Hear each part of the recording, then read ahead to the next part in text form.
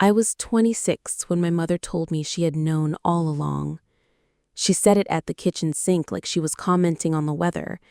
Hands in the suds, plates leaning against one another like people who refuse to make eye contact. I knew, she said.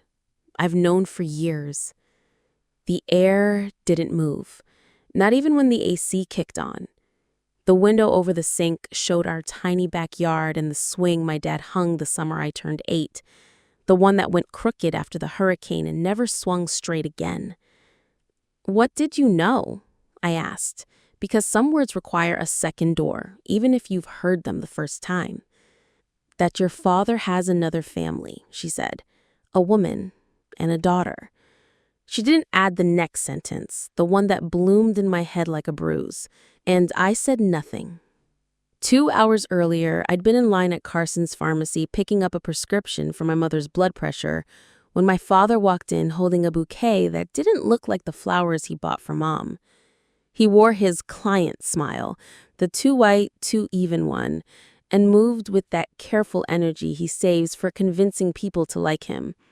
A girl in a varsity jacket trailed behind him, maybe 16, with his same black hair and his same habit of looking everywhere except where it hurt. He touched her shoulder when she laughed. Then a woman joined them. Dark hair, red lipstick, a coat too nice for our town.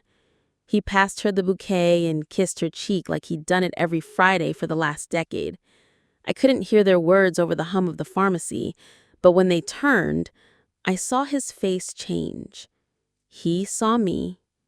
I saw him seeing me, and neither of us moved until the pharmacist called my name like a question I couldn't answer. I drove home with the bottle rattling in its bag and the sound of my father's careful laugh stuck in my ears. I'd spent my entire life cataloging his carefulness, careful compliments, careful weekend trips, careful reasons why he had to miss my awards ceremony junior year. Client emergency, honey. I'll make it up to you.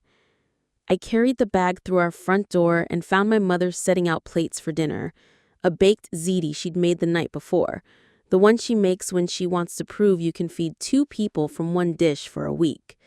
I put the bottle on the counter with more force than I meant to. She looked up. I must have been white. She said, "Sit," moving toward me like gravity. I didn't sit. I said, "I saw Dad at Carson's with a girl and a woman. He gave her flowers, Mom."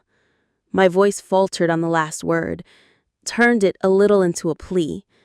Mom reached for the bottle and read the label like she needed an excuse to look anywhere else. Then she took a breath that looked like a decision.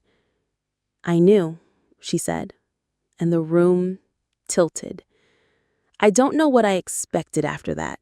A fight? A story with jagged edges that might make my anger cut the right direction? Instead, she took my hand, led me to the table, and began the kind of slow confession that chooses survival over drama. "It started when you were 14, she said. "I found the rental agreement first.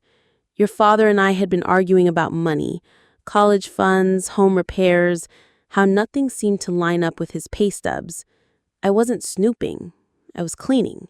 He'd left the folder open on his desk like a dare.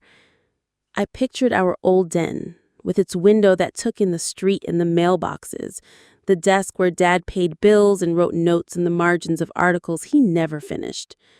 "You confronted him," I said, because the mother I grew up with always confronted things.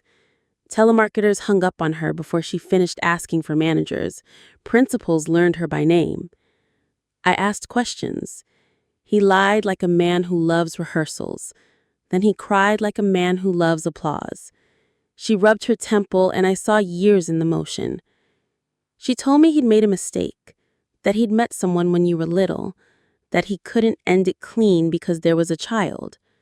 Another child, a half-sister with my father's hair and probably his smile, who was now in a varsity jacket buying cold meds at the pharmacy while he pretended to be a normal man.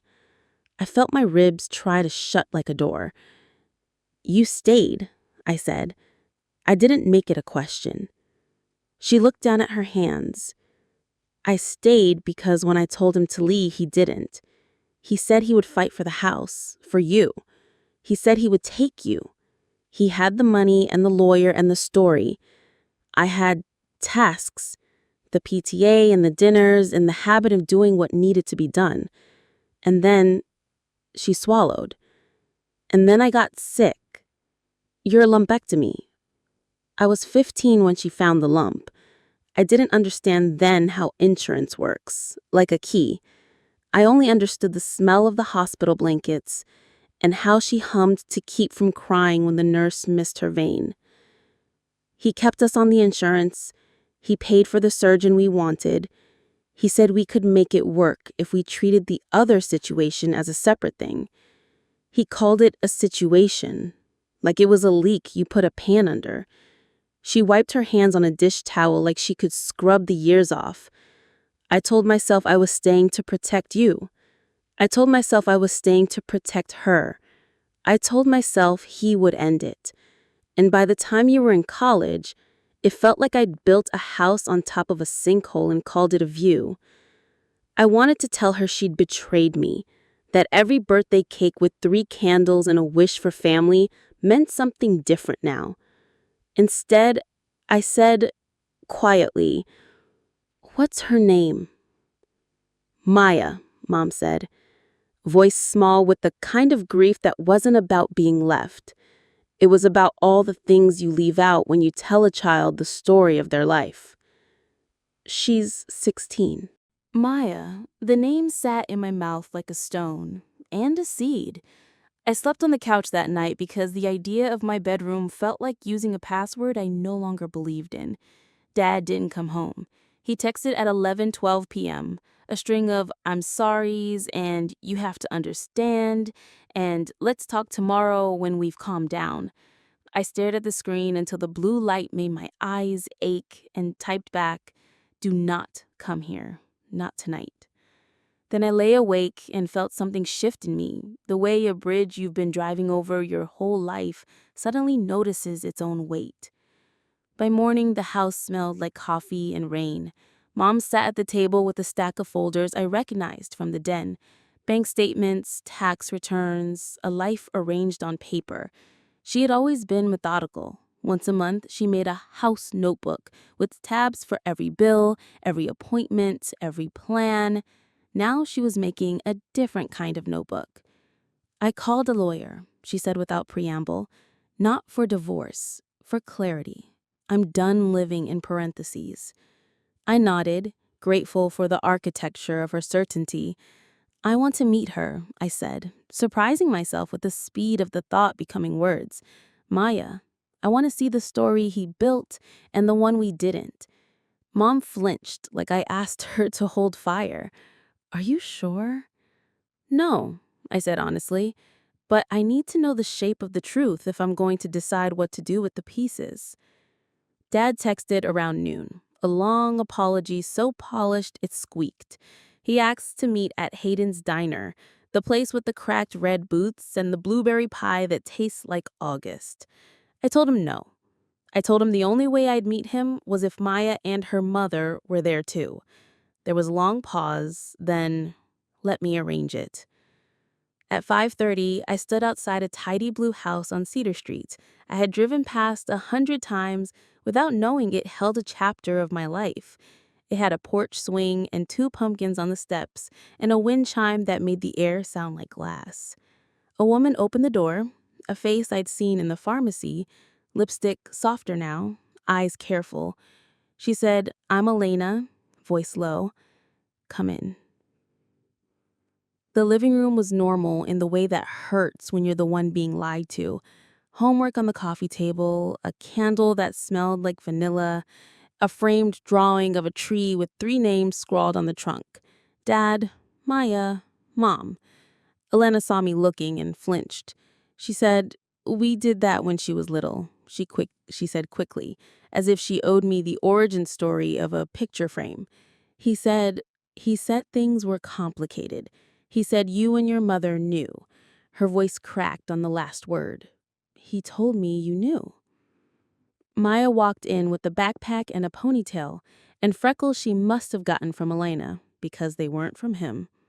She stopped like the air had a wall in it. For a second, we just stared at each other, two daughters measuring the angle of their father's lies. "I'm Nora," I said. My name sounded new. I'm your... I searched for a word softer than half to put in front of sister and came up empty. "I'm your sister." She blinked hard, like her eyes were trying to file the world into labeled boxes, and nothing fit.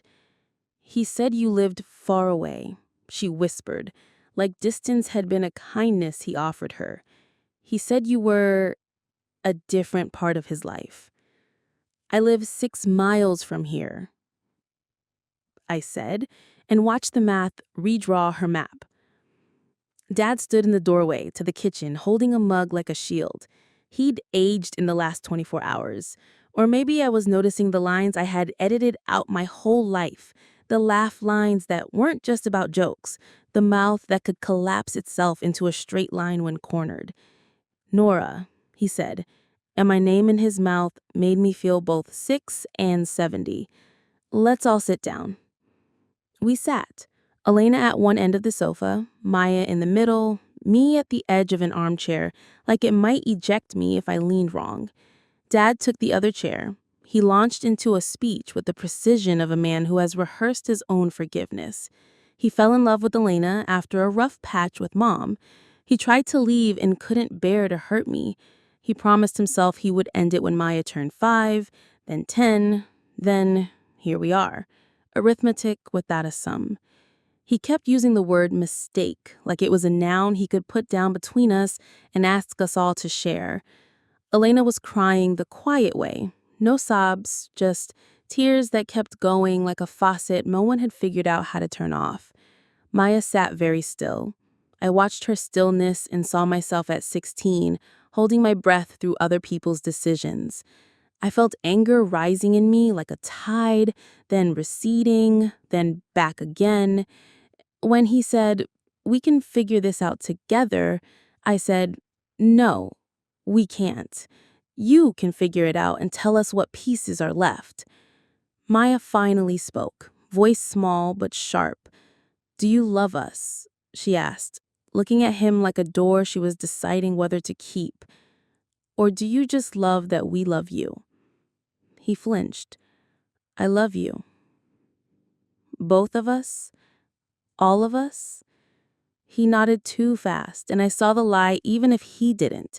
He loved the idea of himself as a man large enough to hold 2 lives and call it generosity.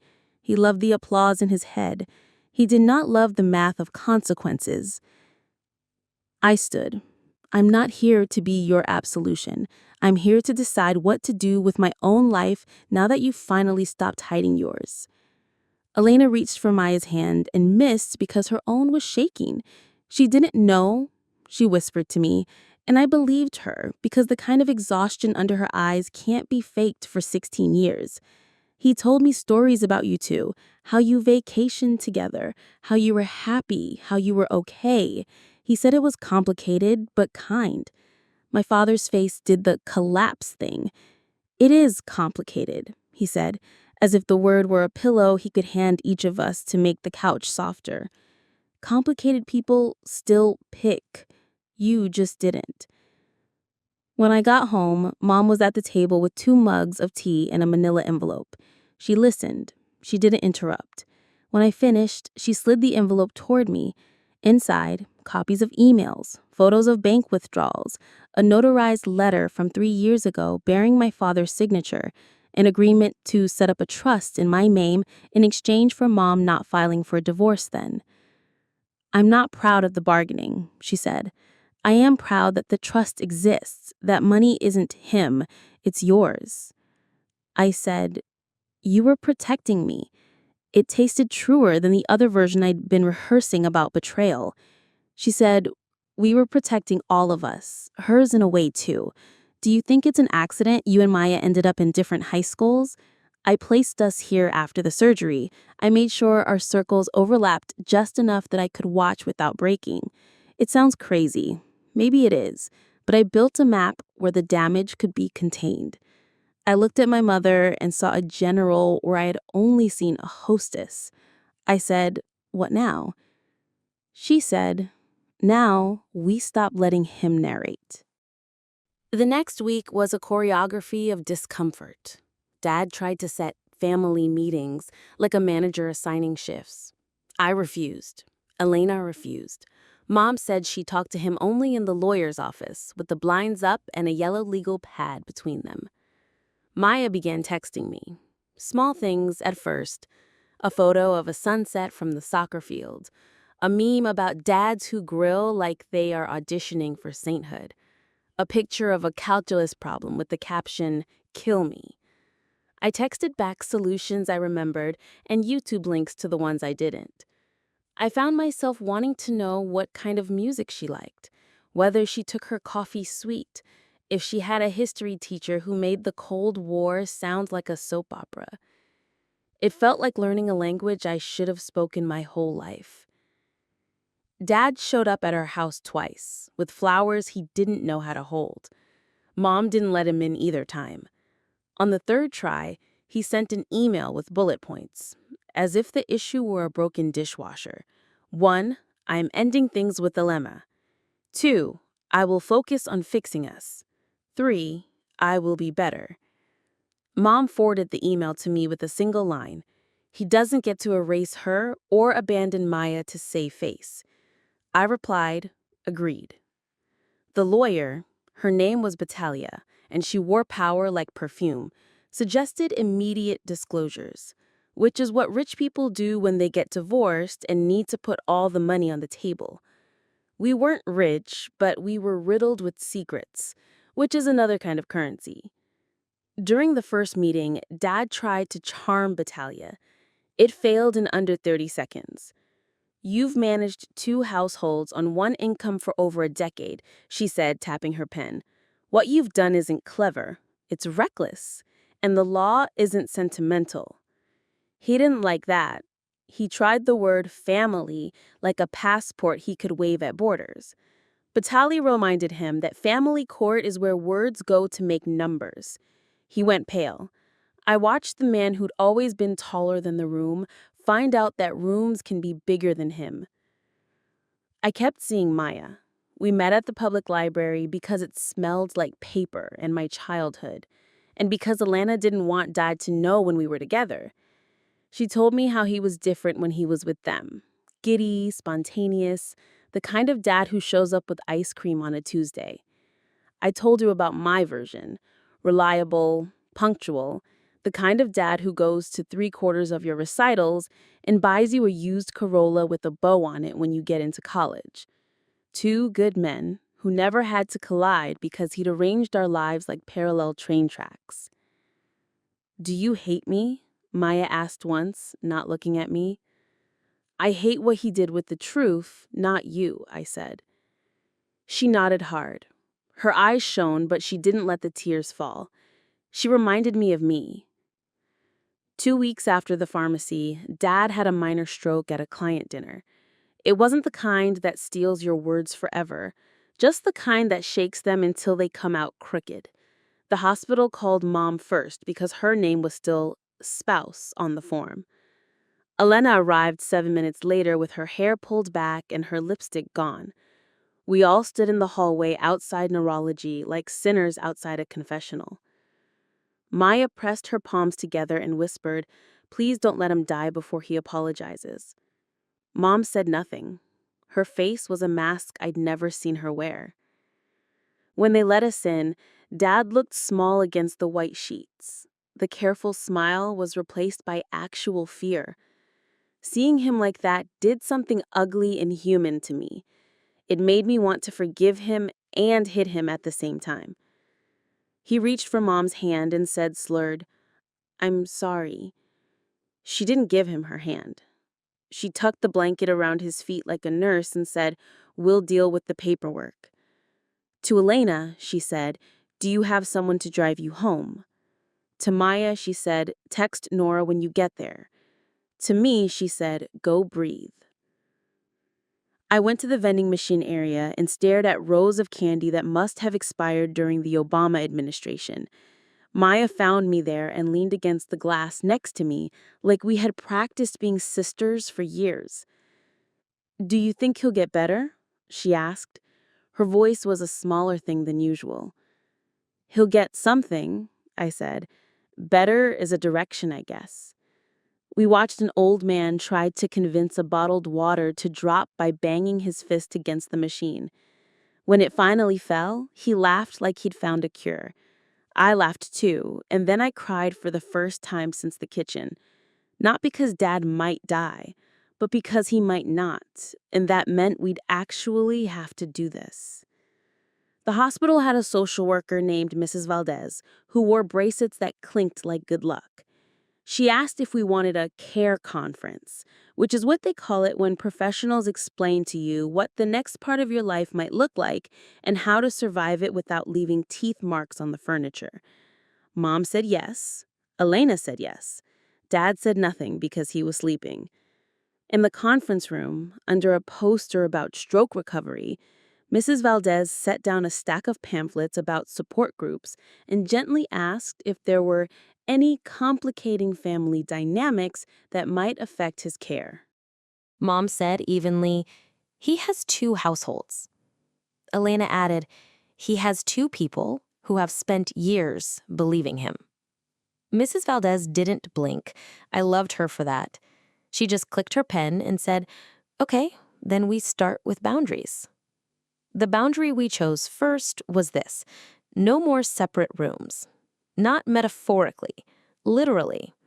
If he wanted visitors, we would not rotate like planets. We would be there at the same time, in the same chairs, hearing the same words. Secrets rot in separation. We were done rotting. Dad didn't like it. He tried to schedule us Monday, Wednesday, Friday for one, Tuesday, Thursday, Saturday for the other. Mom said no. Elena said no. Maya said, "Pick a time we can all be adults." He looked like someone had unplugged his favorite lamp. The neurologist explained his deficits, minor speech issues, fatigue, the kind of impulsivity that happens when your brain is tired. "He'll want to make big promises," she warned. "That's part of this. Don't build plans on them until he's further along." It felt like God had hired a scientist to tell us not to believe him yet. While Dad slept, Mom and Elena talked in low voices by the window. I sat with Maya and taught her a stupid card game I'd learned in college. We laughed too loudly, and the nurse smiled at us like she was happy the room had real noise in it. At one point, Mom turned to Elena and said, "I didn't hate you." Elena said, "I wanted to hate you." They both looked at me like I might break, and I didn't. Something in me was hardening into the kind of steel you get not from cold, but from fire. When Dad was discharged, the house on Cedar Street and the house I grew up in both had to decide whether they were staging areas or homes. Mom told him he couldn't come back like a husband. He could come back like a patient, which meant a schedule and a list and a whiteboard in the kitchen where she wrote meds and times and notes like he was a lab experiment we were all volunteering for. Elena agreed to cover afternoons. Mom covered mornings. I handled a color-coded spreadsheet and a shared Google Calendar because of course I did. Maya brought him audiobooks because his eyes tired easily. We built a system that didn't reward his charisma. It rewarded our competence. He hated it. He kept trying to make it romantic. He tried to hold Mom's hand. She removed it gently and pointed to the pill organizer. He asked Elena to remember the trip to Sarasota. She wrote down his blood pressure. He looked at me like I was the one person who might play along, and I didn't. I gave him water and logged ounces. It's hard to seduce a spreadsheet. One afternoon, while he napped in the recliner, I went to the den and opened the drawer where he kept the old letterhead for his consulting business. Under it was a folder labeled Foundation. Inside, copies of checks to a scholarship fund with my name on it. I felt a surge of anger so hot I had to sit down. He'd used me like a tax deduction. I brought the folder to Mom. She flipped through it and nodded. She said, I knew. Part of the trust agreement. He had to contribute a percentage each year or face penalties. Look at the recipients. I scanned the list. 3 were kids from my high school. 1 was from the community center. The most recent was a girl from Cedar Street High, Maya's school. The note said, STEM Award Maya S. I blinked hard. I said, he's been paying for her too? Mom replied, of course he has. He was never a deadbeat. He was an empire. When I told Maya, she didn't look surprised. She said softly, he likes being the hero. It's free money if he's the one giving it. We decided to go to the reading of his will together, even though it felt like tempting fate to talk about a will when he'd just come home. But Taplia said it was smart. You'd rather know the shape of this mess while he can answer questions than sort it after. The will was a patchwork of updates. My name, Mom's name, Elena listed not as spouse but as beneficiary per separate agreement, and a clause that set aside funds for any child of mine born issue of a relationship outside of my legal marriage. I hated the language. I hated the way it made us into Latin. I hated that there was a line for something he pretended didn't exist. Battaglia asked if anyone wanted to contest anything. Mom said not yet. Elena said, I want legal recognition of Maya. Battaglia nodded and wrote quickly. Dad half-heartedly protested and then slept in his chair for 2 hours, the pamphlet on impulse controls slipping to the floor like a punchline. That night, Maya texted me a photo of the porch swing at the Blue House. It had been rehung straight.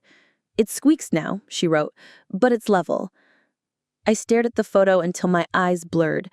Then I sent her a video of the crooked swing in our yard, the one Dad hung the summer I turned 8. Still crooked, I wrote, but it moves. She sent a laughing emoji and a heart. I felt something inside me loosen that I didn't know I'd been clenching. 2 months later, when the weather turned mean and the leaves gave up pretending to be pretty, Dad relapsed into old habits. Calls to Elena late at night, a sudden business trip he couldn't explain to anyone who had eyes. The neurologist's warning about impulsivity covered some of it. The rest was just him. Mom saw the late-night charges on the joint card and didn't yell. She took the card off autopay. Elena saw the call log and didn't cry. She blocked his number for a week and told Maya she could unblock him when he showed up to therapy twice in a row. He didn't. The day I decided I was done letting him try to charm us into forgetting, I drove to Cedar Street with a box. Inside, the foundation folder, a copy of the trust agreement, a stack of photos from when I was little, birthday cakes, Halloween costumes, the crooked swing, and a letter I wrote to Maya. I rang the bell. Elena opened it and looked tired in a way I now recognized as strength. I said, "Can I come in?" I brought the story. We sat at the kitchen table. I spread out the papers. I told Maya the truth, not edited for his comfort or mine. He loved us badly. He loved being loved. He chose himself more than either of us, and we were allowed to choose each other anyway. I told her about Mom's map and how she had kept us in neighboring orbits so we wouldn't collide until we were ready. I told her about the trust and how I could sign half my distribution over to the foundation if she wanted to apply for the STEM program without having to ask him for permission. Maya looked at Mom's careful legal pad notes and at my father's tidy, lying signature and at my face, which she had learned in pieces over the last months. She said, "You're really my sister," saying it like it was both a surprise and a decision. I said, "I am, even if our father is a sentence I don't know how to finish." Mom started joining me at Cedar Street on Sunday afternoons with a pie or a stack of Tupperware and the kind of small talk that people use to build bridges when they don't trust their feet. Elena would put on coffee, they'd exchange recipes, then stories, then silences that didn't feel like punishment. Once, I watched them stand shoulder to shoulder at the sink, laughing about how the cheap sponges from Merino's fall apart after 2 washes. It felt like watching history get a second chance at being decent. Dad hated Sunday afternoons. He didn't like that the world had gone on without him at its center. He sent me a long text about loyalty. I typed back, "Loyalty and secrecy aren't the same thing." He replied, "You're cruel." I didn't answer. Some words end conversations twice. At Thanksgiving, we did something I didn't think was possible in September. We set one long table. Mom cooked her ruthless green beans. Elena made a sweet potato casserole that tasted like a candy store fell in love with the vegetable. Maya brought a pie she baked by herself. The crust a little too brown, the filling perfect. Dad carved the turkey like a penance. Before we ate, Mom said grace for the first time in years. Not because she suddenly found religion, but because gratitude is a muscle and she wanted to exercise it where he could hear. She thanked the table for showing up. She thanked the food for existing. She thanked the truth for being heavier and kinder than lies. Halfway through dessert, the doorbell rang. Battaglia stood on the porch with the folder and an apology for interrupting. "I have documents," she said, "and I thought today might be a day when you're all together anyway." We cleared a space between the mashed potatoes and the olives and signed things with sticky fingers and the kind of laughter that hides a tremor. The documents made Maya legal in the places that matter and made the trust distributions automatic and made it harder for Dad to purchase attention with ambiguity. After, while we packed leftovers, Dad pulled me into the hall. "You've turned them all against me," he hissed, the careful mask gone for once. "My mother, Elena, even Maya."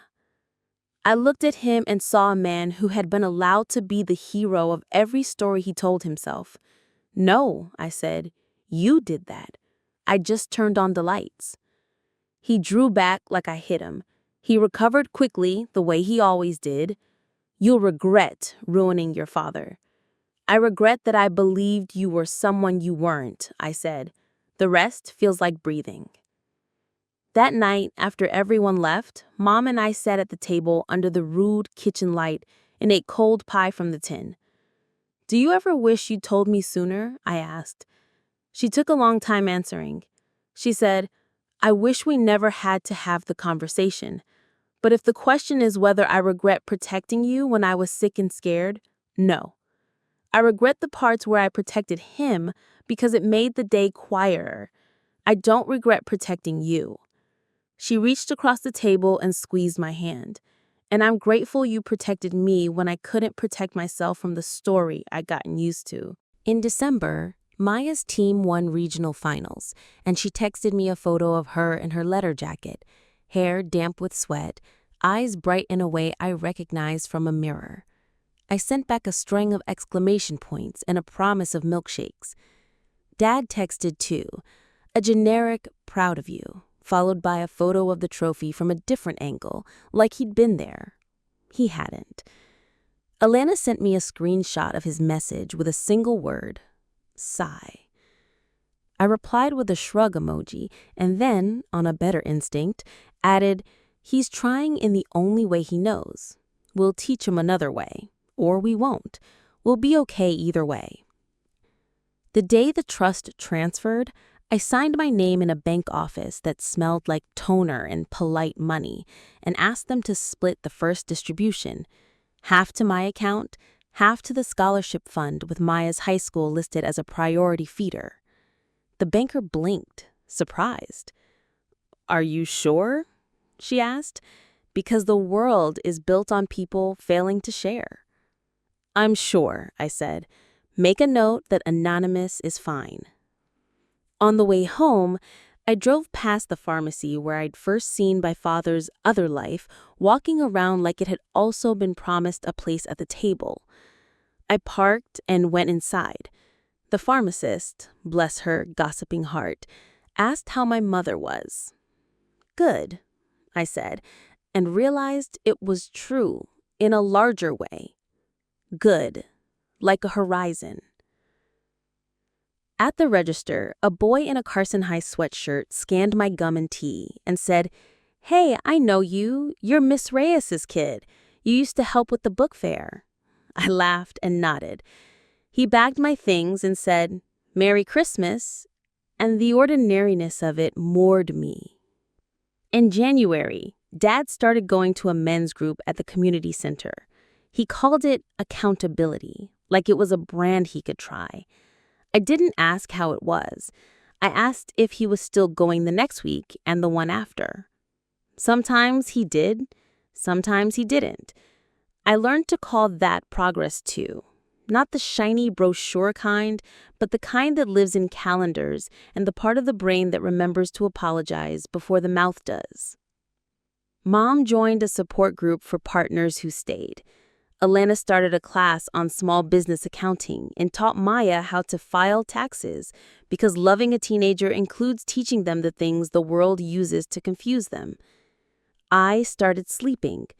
Not through the night, not always, but enough that morning felt like a place instead of a trick. On the anniversary of the day in the kitchen when Mom said I knew, we made a cake with too much frosting and invited Alana and Maya over. We didn't call it an anniversary. We called it Tuesday. We ate in the living room, plates on knees, Maya's music low in the background, a mess of crumbs on the rug that would drive that crazy if he came by later with his brand new love of boundaries. I looked around and felt something that wasn't forgiveness and wasn't revenge. It was steadier. It was mine.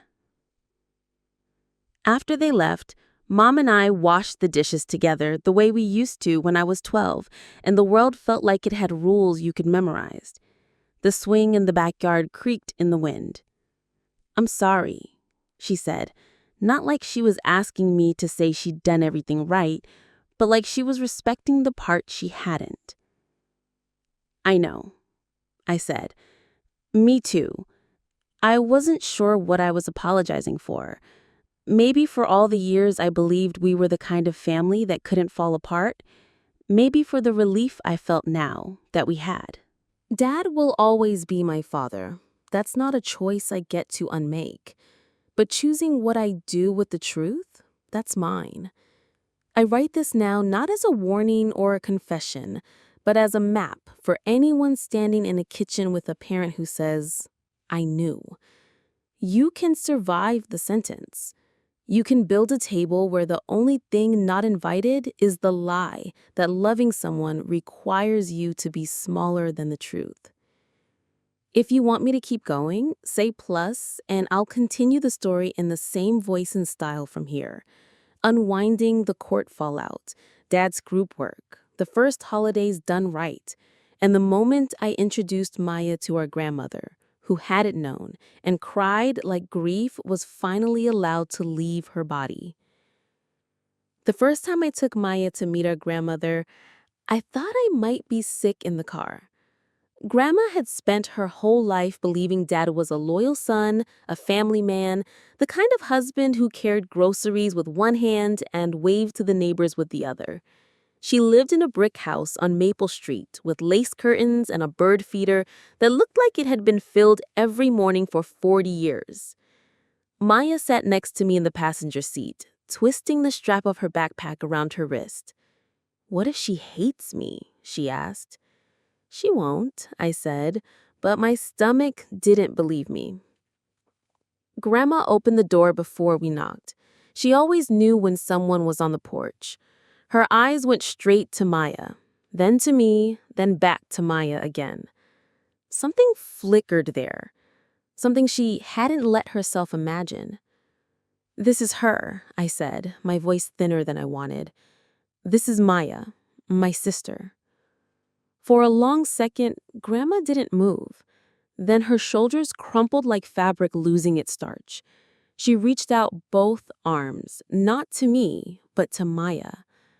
"Oh, honey," she whispered, pulling her in. "Oh, I didn't know. I should have known."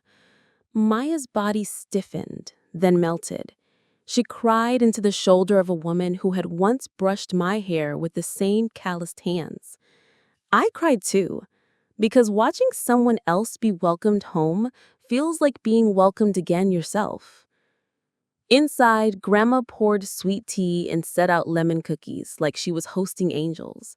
She asked questions in careful bursts, birthdays, schools, favorite colors, as though afraid she'd spook the truth if she asked too much. When she finally turned to me, her eyes wet, she said, "Your mama knew?" "Yes," I said, the word heavier than the glass in my hand. Grandma looked down. "She always carried more than I saw. I thought she was just strong. Maybe she was hiding, because that's what women are taught to do." She shook her head, muttering something about my father that wasn't polite. Then she reached for both our hands.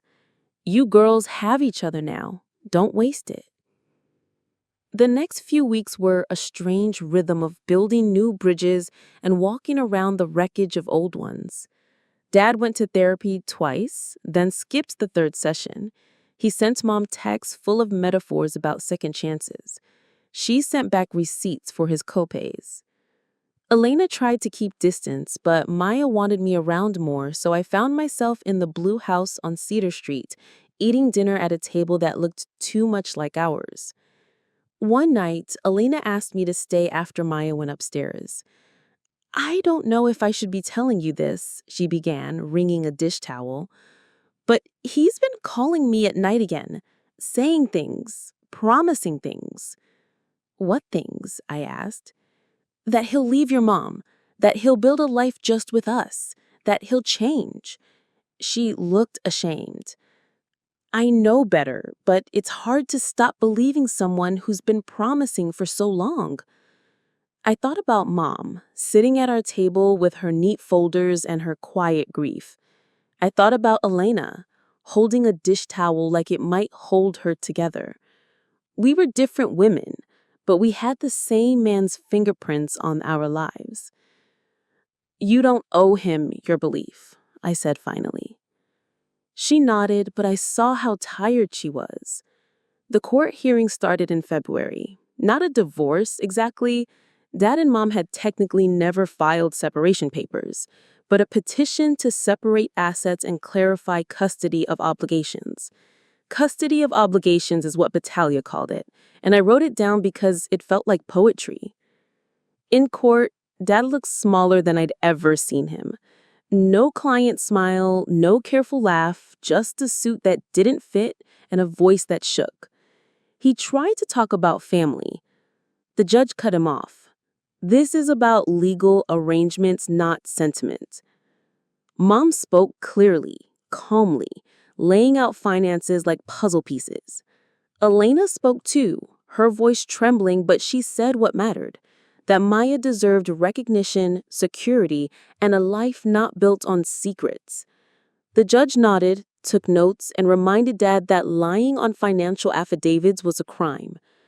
Watching him squirm, I felt two things at once: pity and rage. Pity because he looked like a man finally facing the edges of his own lies. Rage because it took this long. One night, not long after a court date, I woke to a pounding on our front door. My heart leapt into my throat. Mom froze in the hallway, eyes wide. When I opened the door, Dad stood there, wild-eyed, half-drunk, words slurring.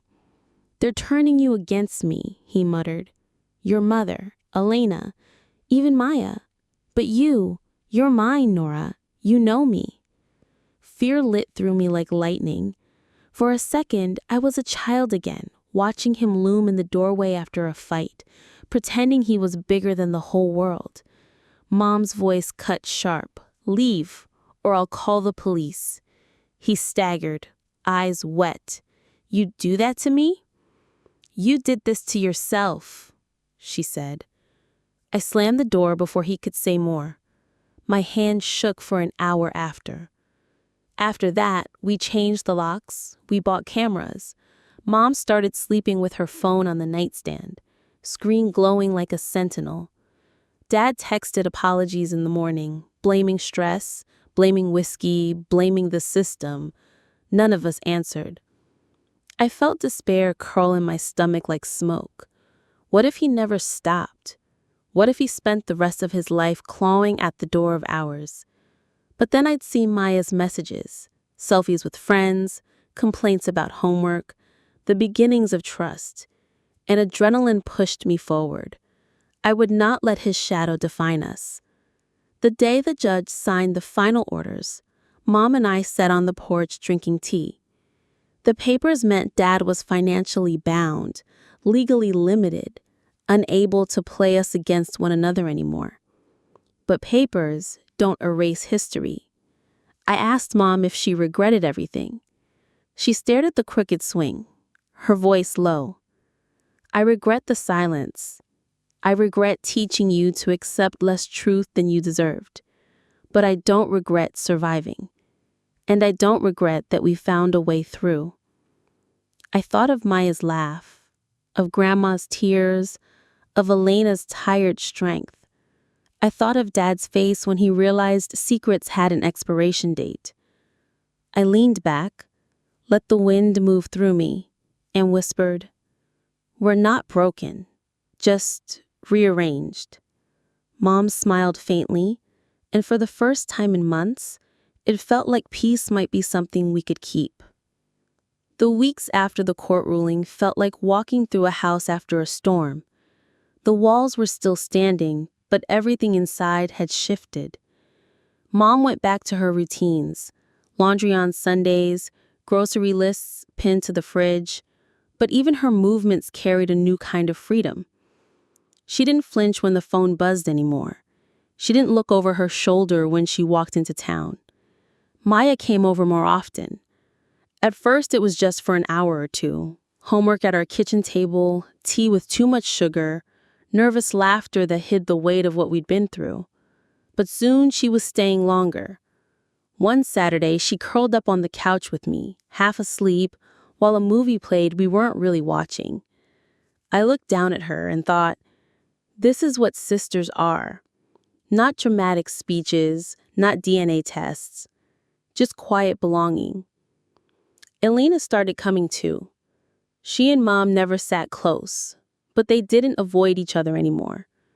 Sometimes they talked about recipes, sometimes about Maya's classes, sometimes about nothing at all.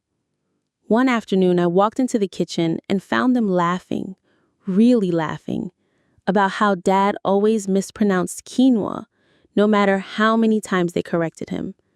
For a moment, the sound felt like forgiveness, even if neither of them would ever call it that. But Dad was still there, not in our house, not in our daily lives, but hovering. He sent texts, long apologies, vague promises, the same old words polished until they lost their shine. I ignored most of them. Sometimes I read them out loud to Maya, and we laughed, though the laughter always had a sharp edge. One evening, he called me directly. Against my better judgment, I answered. His voice was softer than I remembered, almost broken. "Nora," he said, "I don't know how to be without you." My throat tightened. "You should have thought about that before you built two lives." There was silence, then a sigh. "I just wanted to love as much as I could." "You wanted to take as much as you could," I corrected, and hung up. My hands shook for a long time after that. Maya confessed one night that he'd been trying to see her alone. "He waits outside school sometimes," she said quietly. "He doesn't do anything, just stands there. But I see him." Fear slid down my spine. I wanted to scream, to drive straight to Cedar Street and drag him away. Instead, I called Mom. She listened, then said, "Boundaries mean nothing if we don't enforce them." The next day, Elena filed for a restraining order. It was temporary, but it gave us room to breathe. Dad was furious. He left a voicemail on my phone, his voice shaking with rage. You think you can erase me? I am your father. You can't just cut me out. I saved the voicemail, handed it to Bataglia, and blocked his number. That weekend, Maya had a soccer game. Mom, Elena, and I sat in the bleachers, bundled in jackets, cheering too loudly. For a while, it felt almost normal. Teenagers running across the grass, parents shouting encouragement, hot chocolate and styrofoam cups. Then, I saw him. Across the field, half hidden by a cluster of trees, standing still, his eyes locked on Maya. My chest clenched. I grabbed Mom's arm. He's here. Elena paled. We have the order. He can't be here. We called the police. By the time they arrived, he was gone. Maya scored a goal that game, but when she looked at us in the stands, her smile was shaky, her hands trembling. That night, she called me. What if he never stops? She whispered. What if he follows me forever? I swallowed the panic and said, then we'll keep stopping him, together. The next weeks blurred with tension. Police reports, lawyer calls, whispered conversations late at night. But amidst it all, Maya and I grew closer. We shared playlists, secrets, even inside jokes about our crooked porch swing and her too straight one. One night, she admitted, I used to wish I had a sister. Then I found out I did. And for once, something he did wrong gave me something right. Tears stung my eyes. I hugged her tight, feeling both despair for what we'd endured and adrenaline to fight for the life we were building now. By spring, the storm began to quiet. Dad's restraining order became permanent. His finances tightened under court supervision. He was still out there, still a presence, but less a threat. Mom planted flowers in the yard. Elena started night classes. Maya and I spent hours lying on the grass, staring at the stars, talking about everything and nothing. One night, as the crickets sang and the air smelled like cut grass, Maya whispered, Do you think we'll ever be normal? I thought about it, then said softly, maybe not, but maybe we'll be better. Honest, whole, ours. And for the first time in a long time, I believed it. Spring melted into early summer, and with it came a kind of uneasy calm. For the first time in months, I could walk through the house without expecting a knock at the door or a shadow by the window. The air smelled of cut grass and barbecues from neighbors' yards. It was ordinary, and ordinary had become a gift. Maya started spending whole weekends with us. We shared a bedroom sometimes, talking until midnight about teachers we hated, movies we loved, or the strange symmetry of being two lives bound by one man's lie. She was younger, but not by much, and sometimes it felt like I was catching up to the sister I should have had my whole life. Mom adjusted too. She was softer, somehow, lighter. She smiled more, though it was never careless. It was the smile of someone who had learned how expensive silence can be and didn't want to pay that price again. She still carried guilt. I could see it in her eyes. But she carried it like a bag she refused to set down completely. Not because she wanted to keep it, but because she knew letting go entirely would erase lessons she had bled to learn. One evening, I found her sitting on the porch swing, that same crooked swing that had been my childhood landmark. She held a book in her lap, but wasn't reading. Funny thing about secrets, she said, without looking at me.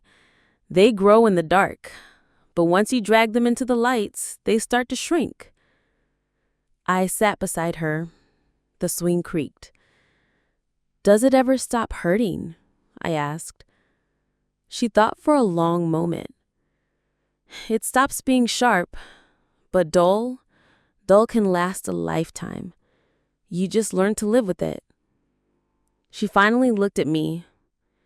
What matters is what you do with the truth once you have it. A week later, Dad sent a letter. Not an email, not a text, an actual handwritten letter that arrived in our mailbox, folded too neatly. Mom opened it, read it once, and slid it across the table to me. In it, he wrote about mistakes and love and regrets. The same themes he always played like a broken record. But there was something new, too. He wanted to meet. Just the three of us, the letter said. You, me, and Maya. Without the mothers, without the lawyers, just us. My stomach knotted. I wanted to rip the letter up, but a small part of me wondered if he meant it. If maybe finally he was ready to face us, not as a show, but as people. I showed it to Maya that night. She read it quietly, then said, I don't want to go, but I want him to know I'm not afraid of him anymore. Her words filled me with something sharp. Protectiveness, pride, fear, all tangled together. We agreed to meet him in a public place, a park near the library, broad daylight, families everywhere. Still, when we walked up and saw him sitting on a bench, my chest tightened. He looked older, more fragile, but his eyes still had that gleam, the one that always made me doubt whether he saw us as people or props in his story. Nora, Maya, he smiled like he earned the right to use our names. You came. We sat stiff. Maya crossed her arms. I watched her jaw set, and it broke me a little to see her so young and already learning to guard herself this way. I want to apologize, he began, for the secrets, for the lies, for everything. The words should have felt good, but instead, panic bubbled in me. I looked at Maya. Her face was unreadable. Then he reached into his jacket. My heart lurched. I imagined the worst, but it was only a photo, old and creased. A picture of me at 6, missing teeth, holding a balloon. I've always loved you, both of you. I didn't know how to choose. Panic clawed higher. He still didn't get it. In August, I got a call from Betrayal. He's trying to appeal the restraining order, she said. Claims he deserves visitation with Maya. Claims you and your mother poisoned her against him. My grip on the phone tightened until my knuckles turned white. What are our chances? Betrayal exhaled. Given the record, the police reports, the testimonies, it's slim, but he's stubborn. He wants the fight more than the outcome. When I told Maya, her face went pale. I can't go back, she whispered. I won't. I hugged her tight, heart pounding. We won't. We won't let him. The hearing was scheduled for early September. Walking into the courthouse again sent cold shivers through me. The fluorescent lights buzzed overhead, the smell of old paper and tension thick in the air. Dad sat at the table across from us, his lawyer beside him. He looked thinner, paler, but his eyes still had that gleam of control. Maya clutched my hand so tightly my knuckles turned white. Just breathe, I whispered, though my own chest felt locked. He spoke first. He talked about rights and family bonds, words that sounded noble until you remembered the years of lies behind them. Then it was Maya's turn. She stood, voice trembling but clear. He doesn't want me. He wants control, and I'm done letting him have it. Her words echoed in the room. My heart broke and swelled at the same time. The judge listened, eyes steady. After a tense silence, she ruled against him.